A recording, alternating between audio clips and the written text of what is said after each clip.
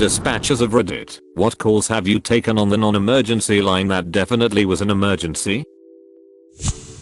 The guy tell me he is on his way to and asked if we have a wheelchair waiting for him because he thinks he will pass out. As soon as he shows up, turns out he cut his hand clean off and was driving one-handed, bleeding all over the place to Dude even picked up his hand and put it in his jacket pocket. Adrenaline is one hell of a drug.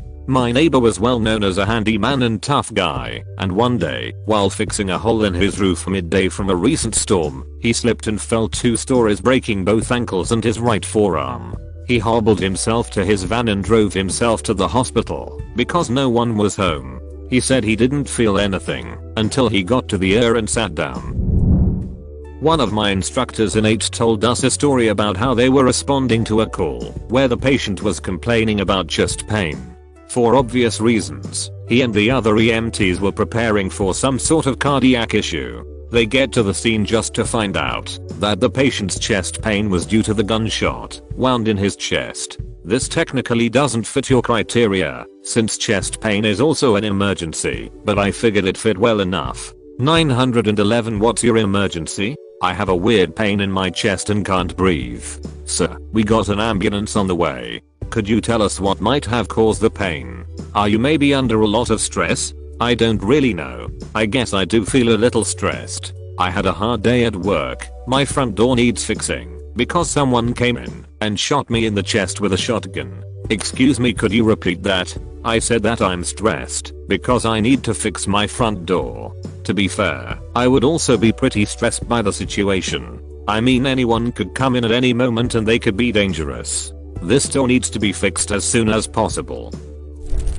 Used to work for the 111 service, which is supposed to be non-emergency. The most memorable ones was when a guy's wife just fell asleep. Yeah, she was dead. Another one was a mum called us after her 18-month-old wouldn't wake up after she dropped it down a freaking flight of freaking stairs. Edit, I forgot to add she was contacting us about 7 hours after it occurred. One was a guy whose mum called us as she had some concerns for her son's mental health. Gives me his number, so I give him a call. All I hear is, "He's got a knife, please my baby," and the call cuts out. Everything turned relatively fine according to the call notes. A call from a phone box from a guy saying he was taking some drugs, he wouldn't say which, with his friend, who then had an overdose and started foaming at the mouth and went a funny color, so the guy ran away. I asked when this occurred, to which the guy responded about 15 minutes. I never found out what the specific outcome was, but let's be honest. Plenty of strokes, heart attacks, kids drinking bleach,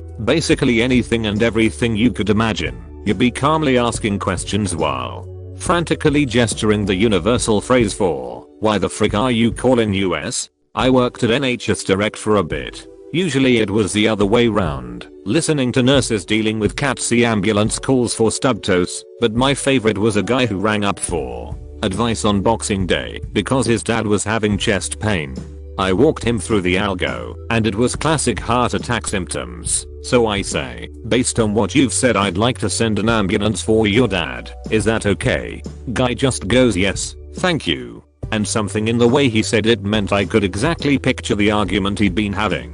Dad insisting everything was fine, son insisting it wasn't, and finally they use NHSD to break the deadlock. 1-0 to the son on that one. Hope it turned out okay for them. Every single time.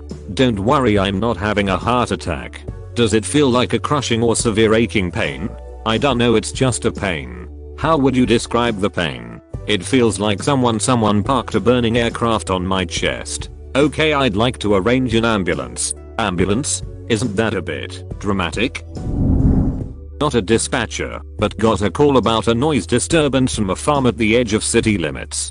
Turns out a party had gotten hijacked by a tweaker who thought it was a good idea to break into a house full of teenagers. Turned into a 3-hour hostage situation. Guy crashed when the drugs left his system. Nobody got hurt. So, I thought this set worker and had a very different visual of the situation. Damn workers always crashing parties and holding people hostage. I blame Miliceris.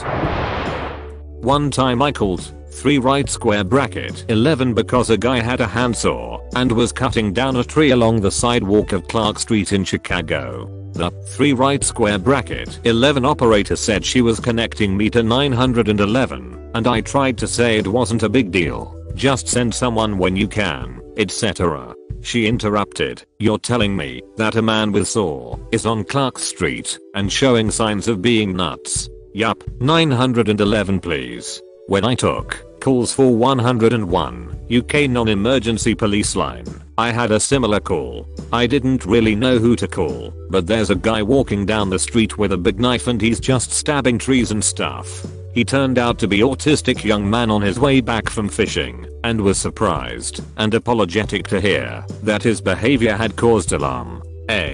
Also had there's a group of kids in McDonald's with a machine gun and when I asked the caller why he hadn't called the emergency number he got all uppity and replied, well, I don't know if it's a real gun, do I? It wasn't, thankfully, but it's impossible to tell unless a trained officer is holding it in their hand. And again, this is the UK, so it is extremely unusual to even see a gun in the wild. Honestly, if I was carrying around a knife I would legit stab every tree in sight. Not a dispatcher, but I called about a lost dog near the beach one summer. The dispatcher asked if it had a collar, what breed it was, etc. and we eventually realized it was a coyote. 4 bonus points when animal control and the cops showed up. They told me it had rabies. Thankfully it was early enough, nobody was at the beach yet. If a seemingly healthy wild animal like a coyote is rather close to only trying to be friendly with humans, it most likely has rabies. Rabies can make animals go through a state of being afraid of humans, so always stay far away from anything that wants to make friends. Joke's on you, nobody wants to make friends with me.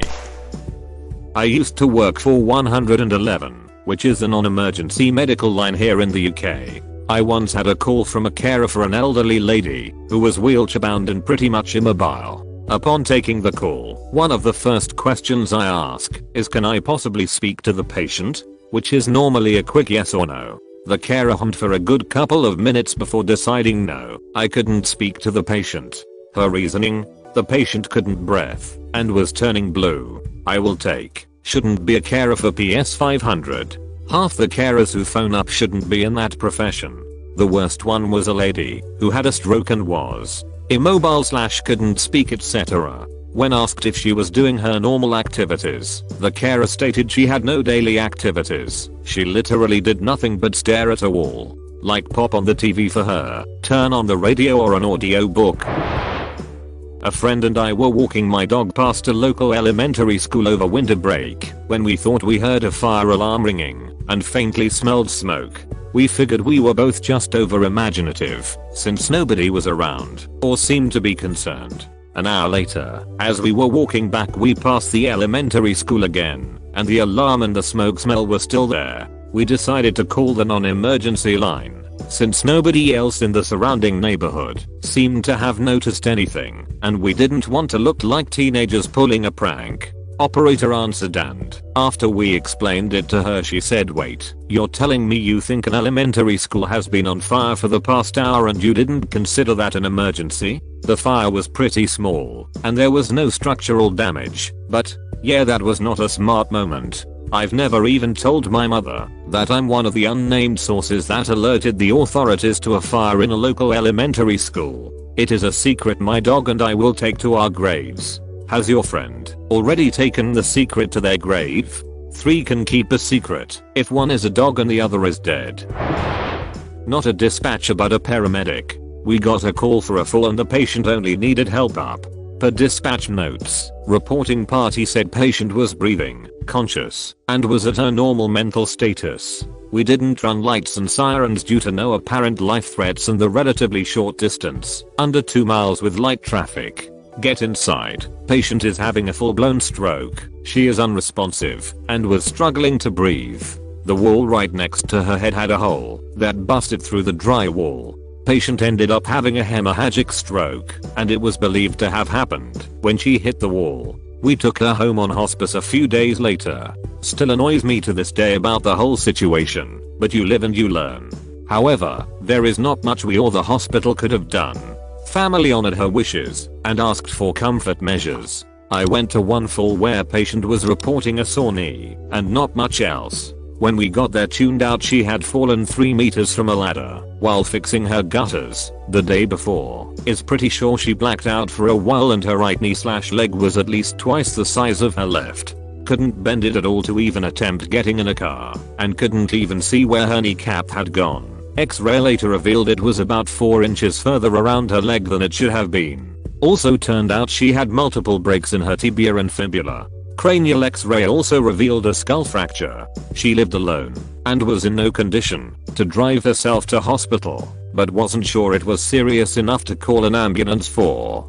Decided to call when her leg didn't seem any better the next day. Advice: if you fall 3 meters from a ladder onto concrete you need to go to the hospital. I had to double check I knew what a meter was BC. Holy crap.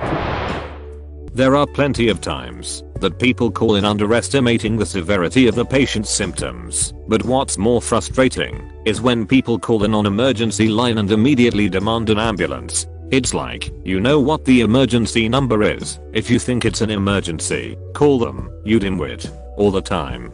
Patient calls non-emergent for what is clearly a stroke. Meanwhile I've got a regular on 911 calling about toe pain. Are you saying that the daily toe pain doesn't warrant a whole ambulance and crew to say you're fine? I work in emergency road service. I got a call for a lockout where a disabled woman was locked inside her car because of electrical issues. Because she had some kind of electronic assistance for getting in/out of the car and the car was dead. She was stuck. It was snowing to beat the band and non-emergency response times were 4 hours. It was 20 degrees out. I told her to call 911 and she absolutely refused to do it. That's where I think service roles like that should be able to get snarky. Sometimes being told you're being a freaking idiot, call 911 is all they really need. Yeah, there are so many people I wish I could snark at.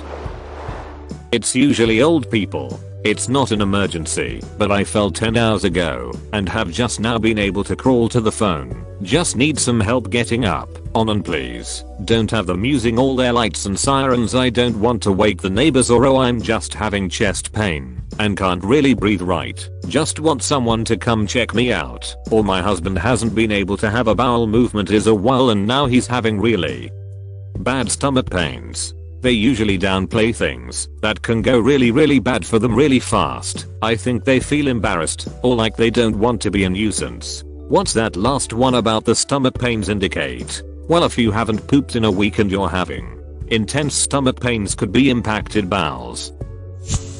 I'm a firefighter and numerous times people will just call to the station to report an emergency. We still have to tell them to call 911. Because we're not allowed to self-dispatch. Firefighters don't mess around. Called 911 a few weeks ago because the main fire alarm in my building went off and there was a lot of smoke in the hallway. I didn't know if it was an actual fire or just a burnt meal, so I took my dog and went outside to call. While I was outside, my neighbor kept saying, "Don't call 911, I'll get fined." Too late though, I had already called. About 2 minutes later, not 1, not 2, but 4 fire trucks arrived with their sirens and lights. 3 or 4 firefighters went in and came out a few minutes later.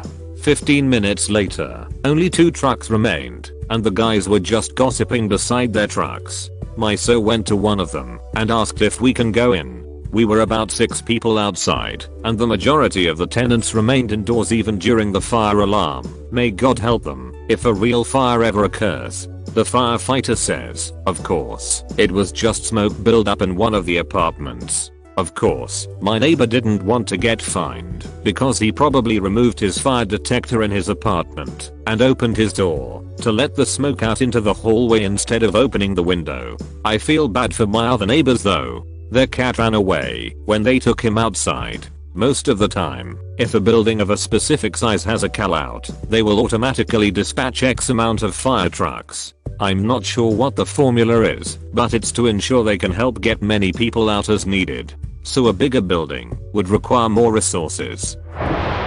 Got a non-emergency call from a mother telling me her daughter, who was home alone, called her mom and said that someone just kicked in her front door and she was hiding under her bed with the person roaming through the house. So I dispatch all my units in which they get there in about 2 minutes, and just turned out that it was the landlord that gave 24-hour notice to come fix a light.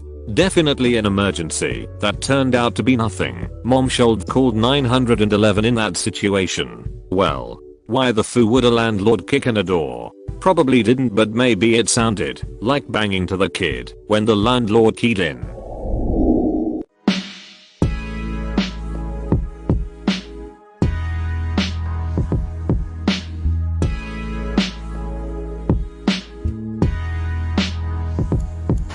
I've taken many legit emergencies on the non-emergency line. Most memorable was a lady who shot her husband and just called us to collect the body. What always shocked me was when it was busy and I would ask, is this an emergency or can you hold? People would always say they could hold, but then have legit emergencies. Like, no, your stab wound cannot hold. I often found that in shock people tend to get hyper focused on one detail and leave out vital ones. I think generally, when people are asked to hold, they don't consider it an option to say no. You bring up a solid point.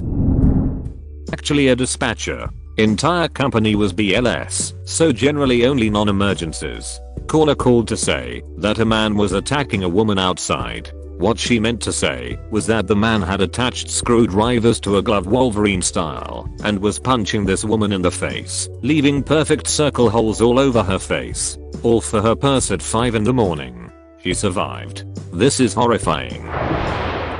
Once a man tried to climb in my bedroom window. At the time I had a really old crappy bed that was always coming apart, so I pulled the leg off and scared him away with it. Then I called the non-emergency number because he was already gone. There was a helicopter overhead and the cop cars at my door in less than a minute, and the dispatcher was like, next time you can just call 911. In that case, even if you're safe, they need to get there before the guy leaves the area. Someone willing to do that will strike again. Yup, safe for op, still very dangerous.